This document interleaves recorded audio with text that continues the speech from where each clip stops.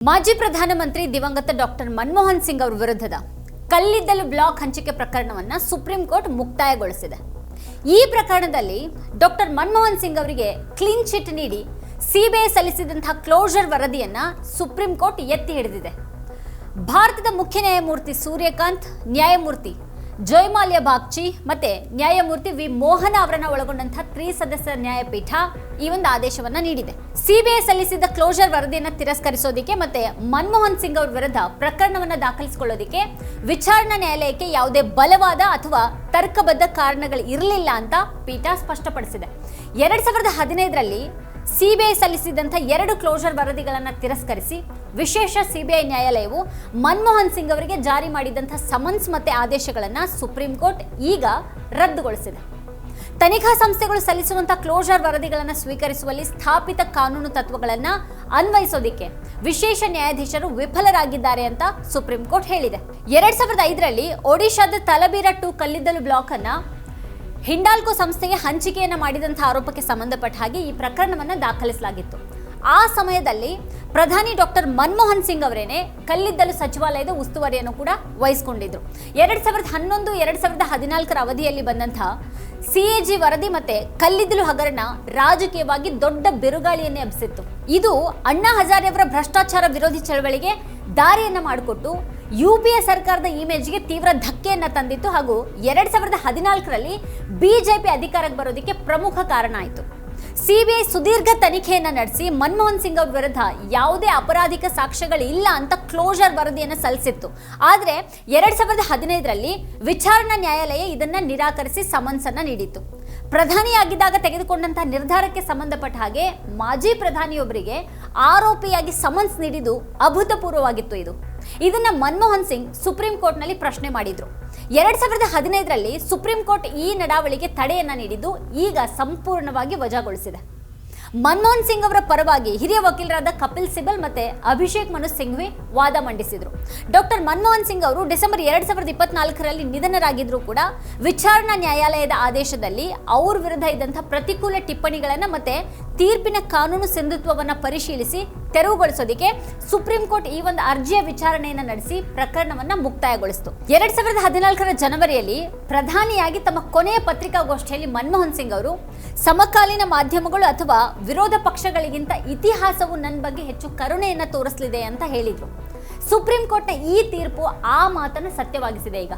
ಆದರೆ ಡಿಸೆಂಬರ್ 2024ರಲ್ಲಿ ನಿಧನರಾದ ಮನಮೋಹನ್ ಸಿಂಗ್ ಅವರಿಗೆ ಈ ತೀರ್ಪನ್ನು ನೋಡುವಂತಹ ಭಾಗ್ಯ ಸಿಗಲಿಲ್ಲ.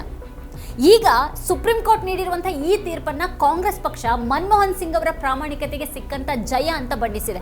ಕಾಂಗ್ರೆಸ್ ನಾಯಕರಾದ ಜೈರಾಮ್ ರಮೇಶ್, ಪವನ್ ಖೇರಾ ಮತ್ತೆ ಕಪಿಲ್ ಸಿಬಲ್ ಅವರು ಅಂದಿನ ದಿನಗಳಲ್ಲಿ ಮನಮೋಹನ್ ಸಿಂಗ್ ಅವರ ವಿರುದ್ಧ ಮಾಡಿದಂತಹ ಆರೋಪಗಳಿಗೆ ಪ್ರಧಾನಿ ನರೇಂದ್ರ ಮೋದಿ ಮತ್ತೆ ವಿಪಕ್ಷಗಳು ಕ್ಷಮೆ ಯಾಚಿಸಬೇಕು ಅಂತ ಆಗ್ರಹಿಸಿದ್ದಾರೆ. ಯುಪಿಎ ಸರ್ಕಾರದ 2ನೇ ಅವಧಿಯಲ್ಲಿ ಅದರ ವಿರುದ್ಧ ಸರಣಿ ಭ್ರಷ್ಟಾಚಾರ ಆರೋಪಗಳು ಕೇಳಿಬಂದವು. ಆಗ ಯುಪಿಎ ಸರ್ಕಾರವನ್ನು ಭ್ರಷ್ಟ ಸರ್ಕಾರ ಅಂತ ಬಣ್ಣಿಸುವಂತಹ ಬಹಳ ದೊಡ್ಡ ಅಭಿಯಾನನೇ ನಡೆಯಿತು. ಬಿಜೆಪಿ, ಸಂಘ ಪರಿವಾರ ಹಾಗೂ ಗುಜರಾತ್ನ ಮುಖ್ಯಮಂತ್ರಿ ಆಗಿದ್ದಂತಹ ನರೇಂದ್ರ ಮೋದಿ ಅವರಂತೂ ಪ್ರತಿದಿನ ಅನ್ನೋ ಹಾಗೆ ಕಾಂಗ್ರೆಸ್ ವಿರುದ್ಧ, ಗಾಂಧಿ ಕುಟುಂಬದ ವಿರುದ್ಧ, ಪ್ರಧಾನಿ ಮನಮೋಹನ್ ಸಿಂಗ್ ಅವರ ವಿರುದ್ಧ ವಾಗ್ದಾಳಿಯನ್ನು ನಡೆಸ್ತಾ ಇದ್ರು. ಮನಮೋಹನ್ ಸಿಂಗ್ ಅವರನ್ನ ಮೌನ್ ಮೋಹನ್ ಸಿಂಗ್ ಅಂತ ಜರೆದಿದ್ದು ನರೇಂದ್ರ ಮೋದಿ ಅವರೇನೆ. ಅದೇ ಹೊತ್ತಿಗೆ ಸರಿಯಾಗಿ ಅಣ್ಣಾ ಆಂದೋಲನ ಶುರುವಾಯಿತು. ಬಿಜೆಪಿ, ಸಂಘ ಪರಿವಾರ, ಇವತ್ತಿನ ಆಪ್ ಮುಖಂಡರು ಎಲ್ಲರೂ ಅದರೊಂದಿಗೆ ಪ್ರತ್ಯಕ್ಷವಾಗಿ ಅಥವಾ ಪರೋಕ್ಷವಾಗಿ ಸೇರ್ಕೊಂಡ್ರು. ಮೀಡಿಯಾಗಳಂತೂ 2ನೇ ಸ್ವತಂತ್ರ ಚಳುವಳಿನೇ ನಡೀತಾ ಇದೆ ಅನ್ನೋ ಹಾಗೆ ಅದಕ್ಕೆ ಪ್ರಚಾರ ಕೊಟ್ಟರು. ಇಡೀ ದೇಶಾದ್ಯಂತ ಕಾಂಗ್ರೆಸ್ ವಿರುದ್ಧ, ಯುಪಿಎ ವಿರುದ್ಧ, ಮನಮೋಹನ್ ಸಿಂಗ್ ಅವ್ರ ವಿರುದ್ಧ ಹಾಗೂ ಗಾಂಧಿ ಕುಟುಂಬದ ವಿರುದ್ಧ ಜನಾಭಿಪ್ರಾಯವನ್ನು ರೂಪಿಸಲಾಯಿತು. ಅದೇ ಹೊತ್ತಿಗೆ ಇನ್ನೊಂದು ಕಡೆಯಿಂದ ಗುಜರಾತ್ ಅಂದ್ರೆ ಅಮೆರಿಕಾಗಿಂತನೂ ಮುಂದುವರೆದಂತಹ ರಾಜ್ಯ, ಅಲ್ಲಿ ಅಭಿವೃದ್ಧಿಯ ಕ್ರಾಂತಿನೇ ಆಗ್ಬಿಟ್ಟಿದೆ, ಅಲ್ಲಿ ಭ್ರಷ್ಟಾಚಾರ ಅಂತ ಅಂದ್ರೆ ಏನಂತಾನೆ ಗೊತ್ತಿಲ್ಲ ಅನ್ನೋ ಹಾಗೆ ಮೋದಿಜಿ ಮಾಡಿಬಿಟ್ಟಿದ್ದಾರೆ, ಗುಜರಾತ್ ಭಾರತದೊಳಗಿನ ಸ್ವರ್ಗ ಅಂತ ಭಾರಿ ದೊಡ್ಡ ಪ್ರಚಾರ ಅಭಿಯಾನ ನಡೀತು. ಅಲ್ಲಿಗೆ ಗುಜರಾತ್ ಸಿಎಂ ಮೋದಿ ಅವರೇನೆ ಈ ದೇಶದ ಪ್ರಧಾನಿ ಆಗಬೇಕು ಅನ್ನುವಂಥ ಆಗ್ರಹಕ್ಕೆ ಬಲ ಬಂತು. 2014ರಲ್ಲಿ ಕಾಂಗ್ರೆಸ್ ಹೀನಾಯವಾಗಿ ಸೋತ್ ಹೋಯಿತು. ಬಿಜೆಪಿ ಅಭೂತಪೂರ್ವ ಗೆಲುವನ್ನು ಸಾಧಿಸಿ ಮೋದಿಯವರು ಪ್ರಧಾನಿಯಾದರು. ದೇಶಕ್ಕೆ ಅಚ್ಚೇ ದಿನ ಬರುತ್ತೆ ಅಂತ ಭರವಸೆಯನ್ನು ಕೊಟ್ಟರು. ಈಗ ಯುಪಿಎ, ಮನಮೋಹನ್ ಸಿಂಗ್ ಹಾಗೂ ಗಾಂಧಿ ಕುಟುಂಬದ ವಿರುದ್ಧದ ಭ್ರಷ್ಟಾಚಾರ ಆರೋಪಗಳ ಬಂಡವಾಳ ಒಂದೊಂದಾಗಿ ಬಯಲಾಗ್ತಾ ಇದೆ. ಅದರ ಜೊತೆಗೇನೆ ಅಣ್ಣಾ ಹಜಾರೆ ಆಂದೋಲನ ಎಷ್ಟು ದೊಡ್ಡ ಸಂಚಾಗಿತ್ತು ಅನ್ನೋದು ಕೂಡ ಇಡೀ ದೇಶಕ್ಕೆ ಬಹಳ ಚೆನ್ನಾಗಿ ಗೊತ್ತಾಗಿದೆ. ಎಲ್ಲಿವರೆಗೆ ಅಂದ್ರೆ ಇವತ್ತು ಯಾರಾದ್ರೂ ಪ್ರತಿಭಟನೆಗೆ ಅಥವಾ ಆಂದೋಲನಕ್ಕೆ ಏನಾದ್ರೂ ಕೂತ್ಕೊಂಡ್ರೆ ಇದು ಇನ್ನೊಂದು ಅಣ್ಣಾ ಹಜಾರೆ ತರದ್ದೇ ಮೋಸ ಅಂತ ಜನ ಸಂಶಯ ಪಡುವಷ್ಟರ ಮಟ್ಟಿಗೆ. ಮತ್ತೊಂದು ಕಡೆಗೆ ಮೋದಿಜಿ ಪ್ರಧಾನಿಯಾಗಿ 12 ವರ್ಷಗಳೇ ಕಳೆದು ಹೋಗಿವೆ. ಈಗ 5 ವರ್ಷಗಳಲ್ಲಿ ಬರಬೇಕಾದಂಥ ಅಚ್ಚೆ ದಿನ ಇವತ್ತಿಗೂ ಕೂಡ ಬಂದಿಲ್ಲ. ಪರವಾಗಿಲ್ಲ, ನಮಗೆ ಅಚ್ಚೆ ದಿನ ಬೇಡವೇ ಬೇಡ ಮೋದಿಜಿ, ಅವತ್ತಿನ ಕೆಟ್ಟ ದಿನಗಳನ್ನೇ ವಾಪಸ್ ಕೊಟ್ಬಿಡಿ ಅಂತ ಅಂಗಲಾಚುವಂಥ ಪರಿಸ್ಥಿತಿ ನಿರ್ಮಾಣ ಆಗಿದೆ. ಇವತ್ತು ಬೆಲೆ ಏರಿಕೆ, ನಿರುದ್ಯೋಗ, ಆರ್ಥಿಕತೆ ಕುಸಿತದಿಂದ ಬಡವರು, ಕೆಳ ಮಧ್ಯಮ ವರ್ಗದವರು ಹಾಗೂ ಮಧ್ಯಮ ವರ್ಗ ಕಂಗಾಲಾಗಿ ಹೋಗಿದೆ. ಇವತ್ತು ಯುವ ಜನ ಹತಾಶರಾಗಿದ್ದಾರೆ.